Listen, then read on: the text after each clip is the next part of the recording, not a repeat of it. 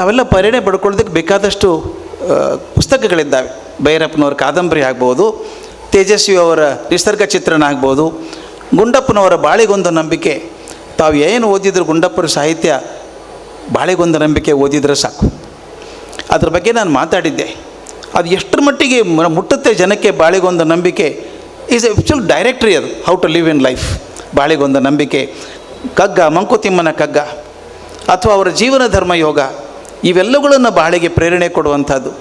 ಬರ್ಬೇಕಾದ್ರೆ ಯಾರೊಬ್ಬರು ಕೇಳಿದ್ರು ನನಗೆ ಬಂದ ತಕ್ಷಣ, ಕನ್ನಡದಲ್ಲಿ ಓದಲೇಬೇಕಾದಂಥ ಪುಸ್ತಕ ಯಾವುದಾದ್ರು ಇದೆಯಾ ಸರ್, ಯಂಗ್ಸ್ಟರ್ಸ್ ಓದಬೇಕಾದದ್ದು ಅಂತ. ನಾನು ಹೇಳಿದೆ, ಮೊಟ್ಟ ಮೊದಲು ಓದಬೇಕಾದದ್ದು ಜಗದಾತ್ಮಾನಂದರು ಬರೆದಂಥ ಬದುಕಲು ಕಲಿಯಿರಿ ಅಂತ. ಯಾರು ಓದಿಲ್ಲದೆ ಹೋದ್ರೆ ದಯವಿಟ್ಟು ಓದಬೇಕು. ಎಂಥ ನಿರಾಶೆ ಮಡುವಿನಲ್ಲಿದ್ದಂಥ ವ್ಯಕ್ತಿ ಕೂಡ ಸಿಡ್ಕೊಂಡು ಹೇಳ್ಬೋದು, ಮೇಲೆ ಮಾಡ್ತೀನಿ, ಸಾಧನೆ ಮಾಡ್ತೀನಿ ಅನ್ನುವಂಥ ಪುಸ್ತಕ ಬದುಕಲು ಕಲಿಯಿರಿ ಅಂತ ಬರೆದಂಥ ಪುಸ್ತಕ. ಅದ್ಭುತ ಪುಸ್ತಕ. ಅಥವಾ ನಮ್ಮ ಮೂಕಜ್ಜಿಯ ಕನಸುಗಳು ಕಾರಂತರದು, ಎಂಥ ಅದ್ಭುತ ಚಿತ್ರ ಇರ್ತದರೊಳಗೆ.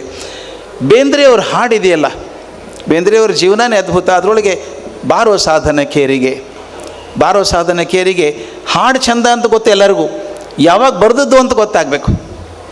ಬೇಂದ್ರೆ ಜೀವನ ಕೊನೆವರೆಗೂ ಗಟ್ಟಿ ಆಗಲೇ ಇಲ್ಲ. ರಿಟೈರ್ ಆದಮೇಲೆ ಸ್ವಲ್ಪ ಹೊತ್ತಿಗೆ ಗಟ್ಟಿ ಆದದ್ದು ಅಷ್ಟೇ.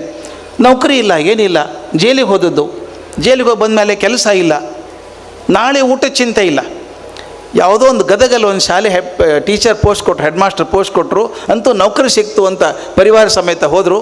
ಒಂದು ವರ್ಷಕ್ಕೆ ಅವ್ರು ತೆಗೆದು ಹಾಕಿಬಿಟ್ರು ಕೆಲಸ. ವಾಪಸ್ ಬಂದಿದ್ದಾರೆ ಸಾಧನಕೇರಿಗೆ. ನಾಳೆ ಊಟ ಎಲ್ಲಿ ಬರುತ್ತೆ ಅಂತ ಗೊತ್ತಿಲ್ಲ. ಹೆಂಡತಿ ಮಕ್ಕಳನ್ನ ಕಟ್ಕೊಂಡ್ಬಂದು ನಾಳೆ ಊಟದ ದಿಕ್ಕಿಲ್ಲದೆ ಹೋದಾಗ, ಚಿಂತೆ ಇದ್ದಾಗ ಆಗ ಬರೆದಂಥ ಹಾಡು ಬಾರೋ ಸಾಧನಕೇರಿಗೆ. ಬಹುಶಃ ನೀವು ನೋಡಿದಾಗ ಬೇಂದ್ರೆಯವರ ಜೀವನದ ಅತ್ಯಂತ ವಿಷಮಯ ಸ್ಥಿತಿಗಳಲ್ಲಿ ಅತ್ಯಂತ ಅದ್ಭುತ ಹಾಡುಗಳು ಬಂದದ್ದು. ನೀ ಹಂಗೆ ನೋಡಬೇಡ ನನ್ನ, ನೀ ಹಂಗೆ ನೋಡಿದರೆ ನಾ ಹೆಂಗೆ ನೋಡಲೆ ನಿನ್ನ. ಭಾಳ ಜನ ರೊಮ್ಯಾಂಟಿಕ್ ಹಾಡು ಅಂತ ತಿಳ್ಕೊತಾರೆ ಅದನ್ನು. ಮಗು ಸತ್ತಾಗ ಬರೆದಂಥದ್ದು ಅದು. ಅಂಥ ಅದ್ಭುತ ಹಾಡುಗಳು ಮೂವ್ ಆಗ್ತದೆ. ಇನ್ನೊಂದು ಪುಟ್ಟಪ್ಪನವ್ರದ್ದು, ಕುವೆಂಪು ಅವ್ರದ್ದು. ತಾವು ಎಷ್ಟು ಜನ ಕೇಳಿದ್ದೀರೋ ಗೊತ್ತಿಲ್ಲ. ಸಾಮಾನ್ಯವಾಗಿ ಅನುವಾದ ಅಂದಾಗ ಯಾವಾಗಲೂ ಅಷ್ಟು ಒರಿಜಿನಲಾಗಿ ಬರೋದು ಕಷ್ಟ ಆಗುತ್ತೆ. ಜಾರಿಕೆ ಹಾದಿ ಅನುವಾದ ಮಾಡುವಂಥದ್ದು. ಈ ಭಾಷೆಯಿಂದ ಈ ಭಾಷೆಗೆ ಬಂದಾಗ ಸೊಗಡು ಕಮ್ಮಿ ಆಗುತ್ತೆ. ಆದರೆ ನನ್ನ ಪ್ರಕಾರ ಎರಡು ಅನುವಾದಗಳು ಒರಿಜಿನಲ್ಗಿಂತ ಚೆನ್ನಾಗಿರುವಂಥದ್ದು, ಒರಿಜಿನಲ್ಗಿಂತ ಚೆನ್ನಾಗಿರೋದು. ಮೊದಲೇದು ವಿವೇಕಾನಂದರು ಬರೆದಂಥ ಸಾಮ್ ಆಫ್ ಸನ್ಯಾಸಿನ್ಸ್, ಇಂಗ್ಲೀಷಲ್ಲಿ ಬರೆದಂಥ ಸಾಮ್ ಆಫ್ ಸನ್ಯಾಸಿನ್ಸ್ ಅಂತ. ವಿವೇಕಾನಂದರೇ ಬರೆದಿದ್ದರೂ ಕೂಡ ಅದನ್ನು ಪುಟ್ಟಪ್ಪವರು ಕನ್ನಡಕ್ಕೆ ಮಾಡಿದ್ದಾರೆ. ಏಳು ಮೇಲೇಳು ಏಳು ಸಾಧುವೆ ಹಾಡು ತ್ಯಾಗಿಯ ಹಾಡನ್ನು. ಅದನ್ನು ಕೇಳಿ ಮೈ ರೋಮಾಂಚನ ಆಗದಿದ್ದರೆ ಮನುಷ್ಯರೇ ಅಲ್ಲ ಅವರು. ಅಂಥ ಅದ್ಭುತ ಹಾಡು, ಒರಿಜಿನಲ್ಗಿಂತ ಚೆನ್ನಾಗಿ ಬರೆದು ವಿವೇಕಾನಂದರ ಭಕ್ತರಾದಂಥ ಪುಟ್ಟಪ್ಪನವರು ಆ ಅನುವಾದ ಮಾಡಿದ್ದಾರೆ. ಅದ್ಭುತ ಪುರುಷೋತ್ತಮಾನಂಜಿ ಹಾಡಿದ್ದಾರೆ, ಅದನ್ನು ಮೈ ನವರು ಹೇಳ್ತದೆ. ಇವೆಲ್ಲ ಪ್ರೇರಣೆ ಕೊಡುವಂಥ ಕೆಲಸಗಳು. ಬದುಕು ಜಟಕ ಬಂಡಿ ವಿಧಿ ಅದರ ಸಾಹೇಬ, ಕಗ್ಗ ಹೇಳ್ತೀವಿ. ಮೇಲ್ನೋಟಕ್ಕೆ ತುಂಬ ಸುಲಭ ಪದ್ಯ ಅದು. ಬದುಕು ಜಟಕ ಬಂಡಿ, ಬದುಕಂದ್ರೆ ಜಟಕ ಬಂಡಿ ಇದ್ದ ಹಾಗೆ. ವಿಧಿ ಅದರ ಸಾಹೇಬ, ನೀನು ಕುದುರೆ, ಕುದುರೆ ನೀನು ಅವನು ಪೇಳ್ದಂತೆ ಪಯಣಿಗರು. ಮದುವೆಗೋ ಮಸಣಕ್ಕೋ ಹೋಗೆಂದ ಕಡೆಗೋಡು. ಎಲ್ಲಿ ಹೇಳ್ತಾನೆ ಕರ್ಕೊಂಡು ಹೋಗು. ಪದ ಕುಸಿಯೇ ನೆಲವಿಹುದು ಮಂಕುತಿಮ್ಮ. ಬಹಳ ಜನ ನೆಗೆಟಿವ್ ಅಂತಾರೆ, ನಮ್ಮ ಕೈಲಿ ಏನಿದೆಯಪ್ಪ ನಾವು ಕುದುರೆ ಇದ್ದಂಗೆ ಅಂತ. ಹಂಗಲ್ಲ ಅದು. ಕೊನೆ ಸಾಲು ಅದ್ಭುತ. ಗುಂಡಪ್ಪನವ್ರದ್ದು ಯಾವಾಗಲೂ ಕಡೆ ಅರ್ಧ ಸಾಲು. ಪದ ಕುಸಿಯೇ ನೆಲವಿಹುದು ಮಂಕುತಿಮ್ಮ. ಚಿಂತೆ ಮಾಡಿಬಿಡಪ್ಪ, ನೀನೇನು ಪಾತಾಳಕ್ಕೆ ಹೋಗಲ್ಲ, ನೆಲ ಇದೆ, ನೀನು ಹಿಡ್ಕೊಳುತ್ತೆ ನಿನ್ನ. ಈ ಕಗ್ಗ ಇದೆಯಲ್ಲ, ನಿಜವಾಗ್ಲೂ ಹೇಳ್ತೀನಿ, ಒಂದೊಂದು ಕಗ್ಗ ಒಂದೊಂದು ತಾಸು ಮಾತಾಡಿದ್ರೆ ಮುಗಿಯಲ್ಲ, ಅಷ್ಟು ಅದ್ಭುತವಾದ ಕಗ್ಗಗಳು. ನಮ್ಮ ಇಡೀ ಅಧ್ಯಾತ್ಮ ಅಂತ, ಭಾರತೀಯ ಅಧ್ಯಾತ್ಮ ಅಂತ ಏನಿದೆಯೋ ಅದು ಗಿರಿಕೆ ಹೊಡೆದ್ರೆ ಮೂರರ ಸುತ್ತಾನೆ. ಜೀವ, ಜಗತ್ತು, ಈಶ್ವರ.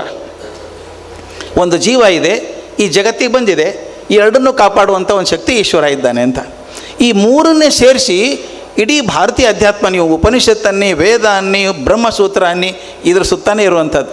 ಅದನ್ನು ಗುಂಡಪ್ಪನವ್ರು ಎಷ್ಟು ಸುಲಭವಾಗಿ ಬರೀತಾರಪ್ಪ. ಬದುಕು ಜಟಕ ಬಂಡಿ, ಅದು ಜಗತ್ತು. ಕುದುರೆ ನೀನು ಜೀವ, ಈಶ್ವರ ಸಾಬಿ, ಕುದುರೆ ಸಾಬಿ. ಇಷ್ಟೇ. ಆ ಮೂರರ ಮೇಲೆ ಇಟ್ಕೊಂಡು ಬರೆದಂಥ ಪದ್ಯ ಅದ್ಭುತ ಅನಿಸುತ್ತೆ. ನೀವೆಲ್ಲ IT ಅವರಾದ್ದರಿಂದ ನಾನು ಬರ್ಬೇಕಾದ್ರೆ ಹೇಳಿದೆ, ನಾನು ಇಬ್ಬರು ಮಕ್ಕಳು IT ಮಂದಿನೇ, ಇಬ್ಬರು IT ಯಲ್ಲೇ ಇದ್ದಾರೆ. ಹೀಗಾಗಿ ನನಗೆ IT ಅವ್ರು ಚೆನ್ನಾಗಿ ಗೊತ್ತಿದೆ. ನೀವು ಮ್ಯಾನೇಜ್ಮೆಂಟ್ ಕೊಟ್ಟಾಗ ನಾನು have done lot of training for management in different companies, especially I teach in different universities. ಈ ಒಂದು ಪದ್ಯ ಎಷ್ಟು ಮಟ್ಟಕ್ಕೆ ಹೋಗುತ್ತೆ ನೋಡಿ. ಕಗ್ಗ 4 ಸಾಲಿಂದು. ಎಸಳಿ ನಡಿ ಗಿಡದ ಬಿಗಿ. ನಿಮ್ಮ ಕಣ್ಣು ಮುಂದೆ ಚಿತ್ರ ಕೊಡ್ಬೇಕು ನಾನು.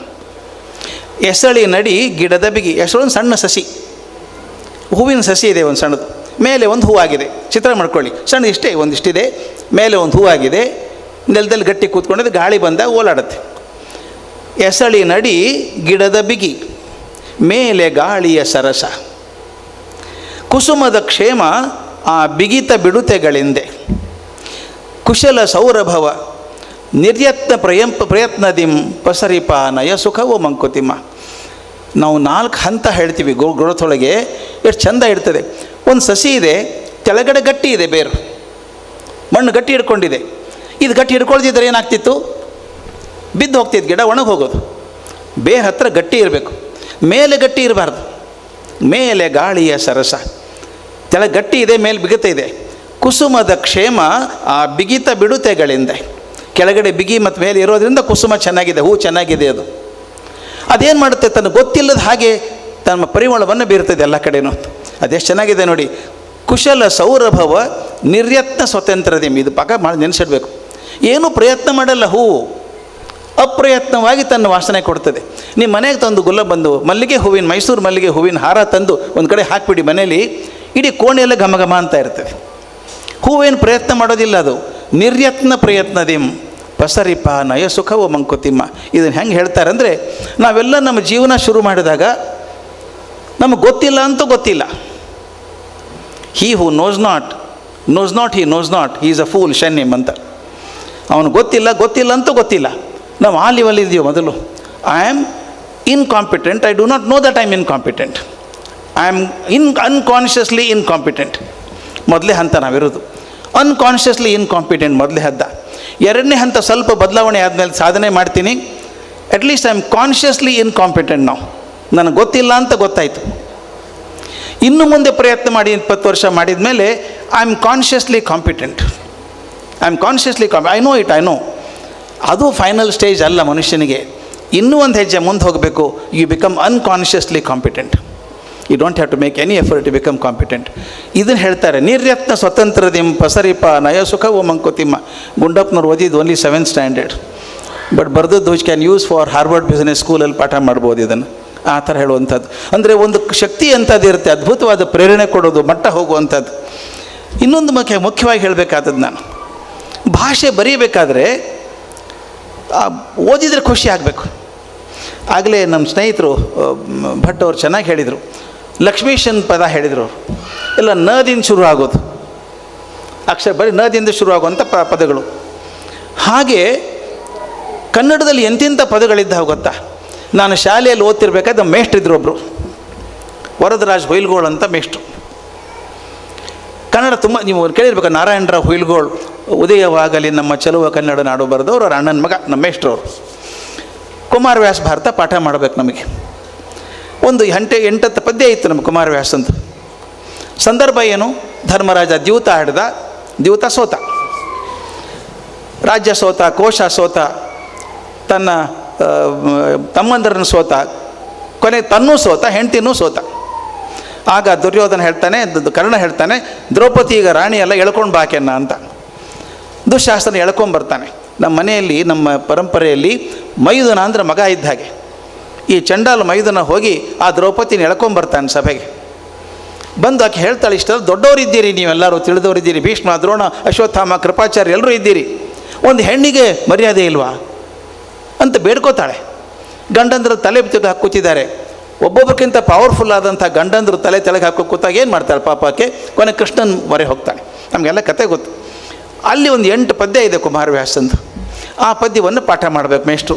ನಿಮ್ಮ ಕಣ್ಣು ಮುಂದೆ ಚಿತ್ರ ಬರಬೇಕದು. ಹೇಗೆ ಅಂದರೆ, ಒಳಗೆ ಮೇಷ್ಟ್ರು ಬರೋರು, ಯಾಕೋಪ ಈ ಕನ್ನಡಕ ಇಲ್ಲಿರೋದು, ಅವ್ರದ್ದು ಕಣ್ಣಿಲ್ಲೇ, ಕನ್ನಡಕ ಮಾತ್ರ ಇಲ್ಲಿರ್ತಿತ್ತು. ಒಳಗೆ ಬರೋರು ಪುಟ 54 ಅನ್ನೋರು. ನಾವೆಲ್ಲ ತಗೊಂಡು ಕೂತ್ಕೋಬೇಕು. ಅವರೇನು ಪುಸ್ತಕ ತಗೋತಿರ್ಲಿಲ್ಲ, ಭಯಪಟ್ಟಾಗಿತ್ತು ಪೂರ್ತಿ ಅವರಿಗೆ. ಈಗ ಬೆಂಚ್ ಇರ್ತಾವಲ್ಲ, 3-4 ರೋ ಬೆಂಚ್ ಇರ್ತಾವಲ್ಲ, ಆ ಪದ್ಯವನ್ನು ರಾಗವಾಗಿ ಹೇಳ್ಕೊಂಡು ಹಿಂಗೆ ಹೋಗೋರು. ನಾವೆಲ್ಲ ರಡಾರಿದ್ದಂಗೆ ಹಿಡ್ಕೊಂಡು ಎಲ್ಲಿ ಹೋಗ್ತಾರೋ ನೋಡ್ತಾ ಇರೋದು, ಅವ್ರು ಎಲ್ಲೆಲ್ಲಿ ಹೋಗ್ತಾರೆ ಅಂತ. ಅವ್ರು ಹೇಳ್ತಾ ಅವ್ರ ಕಣ್ಣಲ್ಲಿ ನೀರು ಸುರಿತಾ ಇತ್ತು. ಅವರೊಂದು 100 ಸಲ ಪಾಠ ಮಾಡಿರ್ಬೇಕು ಇದನ್ನು, ಆದರೆ ಪ್ರತಿ ಸಲ ಅವ್ರ ಕಣ್ಣಲ್ಲಿ ನೀರು ಇಳಿತಾ ಇತ್ತು. ನಾವೆಲ್ಲ ಅನ್ಕೋತಾ ಇದ್ವಿ, ದ್ರೌಪದಿ ಕಷ್ಟ ಯಾರಿಗಾದರೂ ಅರ್ಥ ಆಗಿದ್ದರೆ ಹುಯಿಲ್ಗೋಳ್ ಮಾಸ್ತರಿಗೆ ಮಾತ್ರ, ಇನ್ಯಾರಿಗೂ ಅರ್ಥ ಆಗಿ. ಮತ್ತು ಅವರಷ್ಟೇ ಹೇಳ್ತಿಲ್ಲ, ನಾವು ಅಳ್ತಾ ಇದ್ವಿ, ಬಿಕ್ಕಿ ಅಳ್ತಾ ಇದ್ವಿ, ಅಷ್ಟು ಚೆನ್ನಾಗಿ ಹೇಳೋರು. ಒಂದಂತೂ ನೆನಪಿದೆ ನನಗೆ ಖಾತ್ರಿ, ಆ 4ನೇ ಪದ್ಯ ಅದು ದುಃಖದ ಉತ್ತಂಗಕ್ಕೆ ಹೋಗ್ಬಿಡ್ತದೆ. ಆಕೆ ಹೇಳ್ತಾಳೆ, ಕೃಷ್ಣ 100 ಜನ ಸೇರಿದಾಗ ಒಂದು ಹಾವು ಬಂದರೂ ಬದುಕೊಂಡ್ಬಿಡುತ್ತಲ್ಲೋ, ಒಂದು ಹಾವು ಬಂದರೂ ಕೂಡ ಯಾವನೋ ಒಬ್ಬ ಕರುಣೆ ಇರ್ತಾನೆ, ಹೊಡಿಬೇಡ ಬಿಡ್ರಿ ಅಂತಾನೆ, ಹಾವು ಬದುಕೊಂಡ್ಬಿಡುತ್ತೆ. 100 ಜನರ ಮಧ್ಯೆ ಬಂದಂಥ ಹಾವು ಬದುಕ್ತಿರ್ಬೇಕಾದ್ರೆ ಇಂಥ ದೊಡ್ಡ ಸಭೆಯೊಳಗೆ ಒಂದು ಹೆಣ್ಣಿಗೆ ಮರ್ಯಾದೆ ಬೆಲೆ ಇಲ್ವಾ ಎಂದು ಅನಲಿದಲು ಲಲಿತಾಂಗಿ ಅಂತ ಅವರು ಆರ್ತವಾದ ಧ್ವನಿಯಲ್ಲಿ ಹೇಳಿದ್ರಪ್ಪ. ನಾವೆಲ್ಲರೂ ಅಳ್ತಾ ಇದ್ವಿ. ನಾನು 3ನೇ ಬೆಂಚಲ್ಲಿ ಮೊದಲೇ ಜಾಗದಲ್ಲಿ ಕೂತಿದ್ದೀನಿ.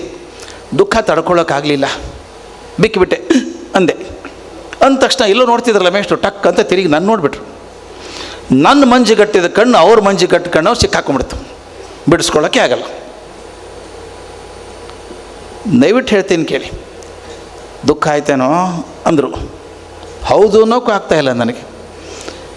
ಆ ಕ್ಷಣದಲ್ಲಿ ನಾನು ಕ್ಲಾಸ್ ರೂಮಲ್ಲಿ ಇರಲಿಲ್ಲ, ದೈಹಿಕವಾಗಿ ಅಲ್ಲಿದ್ದೆ, ಭಾವನಾತ್ಮಕವಾಗಿ ನಾನು ದಶರಥನ ಧೃತರಾಷ್ಟ್ರನ ದರ್ಬಾರಲ್ಲೇ ಇದ್ದೆ. ಮುಂದೊಂದು ಸೀಟ್ ಇತ್ತಲ್ಲ, ಅಶ್ವತ್ಥಾಮ, ಕೃಪಾಚಾರ್ಯ, ಭೀಷ್ಮ ಎಲ್ಲರೂ, ನನಗೂ ಒಂದು ಮುಂದಿನ ಸಾಲಿನ ಸೀಟ್ ಇತ್ತು. ಅದಕ್ಕಿಂತ ಹೆಚ್ಚಂದರೆ ಅವ್ರು ಯಾರಿಗೂ ಹೃದಯ ಕರಗಿರಲಿಲ್ಲ, ನಾನು ಹೃದಯ ಕರಗಿತ್ತು. ದುರ್ಯೋಧನ, ಆ ತಾಯಿನ ಮುಟ್ಟಿದ್ರೆ ಭಸ್ಮಾಗಿ ಹೋಗ್ತೀವಿ ನೀನು ಅಂತ ಹೇಳಬೇಕನ್ಸಿತ್ತು. This is the power of literature. Power of literature you can export you to different world all together. ಬೇರೆ ಜಗತ್ತಿಗೆ ಕರ್ಕೊಂಡು ಹೋಗ್ಬಿಡುತ್ತೆ. ನನಗೆ ಇವತ್ತಿಗೂ ನೆನಪಿದೆ, ಆ ಕುಮಾರವ್ಯಾಸ ಭಾರತದ ಮುನ್ನುಡಿ ಇದೆ. ದಯವಿಟ್ಟು ಪುಸ್ತಕ ಓದಲಿಕ್ಕೆ ಆಗದೆ ಹೋದರೂ ಅದರ ಮುನ್ನುಡಿ ಆದರೂ ಓದಿ. ಪುಟ್ಟಪ್ಪನವ್ರು ಬರೆದಿದ್ದಾರೆ ಮುನ್ನುಡಿ, ತೋರಣ ನಂದಿ ಅಂತ. ಅದನ್ನು ಮೇಷ್ಟ್ರು ಓದಬೇಕು. ಕನ್ನಡ ಅಂದರೆ ಇದಪ್ಪ ಕನ್ನಡ ಅನ್ನೋರು. ಒಂದೇ ಒಂದು ಸಾಲಿದೆ, ಒಂದೇ ಸಾಲು. ಕನ್ನಡದ ಕಾವ್ಯವೃಷ್ಟಿಯ ಕಾಮನ ಬಿಲ್ಲಿನಲ್ಲಿ ಕುಮಾರವ್ಯಾಸನ ಸ್ಥಾನ ನಟ್ಟ ನಡು ನೆತ್ತಿಯ ಮುಡಿ, ಈತನದು ಹಳೆಯ ಹೊಸಗನ್ನಡದ ತಲೆಯ ಕಿರೀಟ, ಅಂದು ಇಂದು ಗಮಕ ಶಿರೋಮಣಿಗಳಿಂದ ನಾಡು ನಾಡೆ ಮೊಳಗಿ ರೋಮಾಂಚನಗೊಳ್ಳುವಂತೆ ಲಯವನ್ನು, ಇಂಪನ್ನು, ತಾನವನ್ನು, ಮಾತಿನ ಹರಹನ್ನು, ಛಂದಸ್ಸಿನ ಕುಣಿತವನ್ನು ಹೊರಹೊಮ್ಮಿಸಿದ ಮಾಟಗಾರ ವರ ಕವಿ ಕುಮಾರವ್ಯಾಸ. ಒಂದೇ ಸೆಂಟೆನ್ಸ್. ಅದು ಓದಿದರು, ಇದಪ್ಪ ಕನ್ನಡ ಅಂದರು. ನನಗೆ ಮೈ ಜುಮ್ ಅಂದ್ಬಿಡ್ತು. ಮನೆಗೆ ಹೋದವನೇ ಸೀದಾ ನಮ್ಮ ಅಕ್ಕನ ಕಡೆಯಿಂದ 5 ರೂಪಾಯಿ ಇಸ್ಕೊಂಡು ಹೋಗಿ ಕುಮಾರವ್ಯಾಸ ಭಾರತ ಕೊಂಡ್ಕೊಂಬಂದು ರಾತ್ರಿ ಎಲ್ಲ ಕೂತ ಸೆಂಟೆನ್ಸ್ ಗಟ್ಟಿ ಮಾಡಿ ಮರುದಿವ್ಸ ನಮ್ಮ ಮೇಷ್ಟ್ರಿಗೆ ಒಪ್ಪಿಸಿದೆ. ಭೇಷ್ ಅಂದರು. ಇವತ್ತಿಗೂ ಮರ್ತಿಲ್ಲ ನಾನು 60 ವರ್ಷ ಆದಮೇಲೆ. ಇದು ಅಂದರೆ ನಮ್ಮಲ್ಲಿ ಬರವಣಿಗೆ ಬೇಕು, ಓದೋದಕ್ಕೆ ಆಸಕ್ತಿ ಬರಬೇಕಾದ್ರೆ ಇಂಥ ಸೆಂಟೆನ್ಸ್ಗಳು ಬೇಕು, ಇಂಥ ಮಾತುಗಳು ಬೇಕು. ಇದಕ್ಕೆ ನಮ್ಮ ಪ್ರೇರಣೆ ಕೊಡುವಂಥದ್ದು.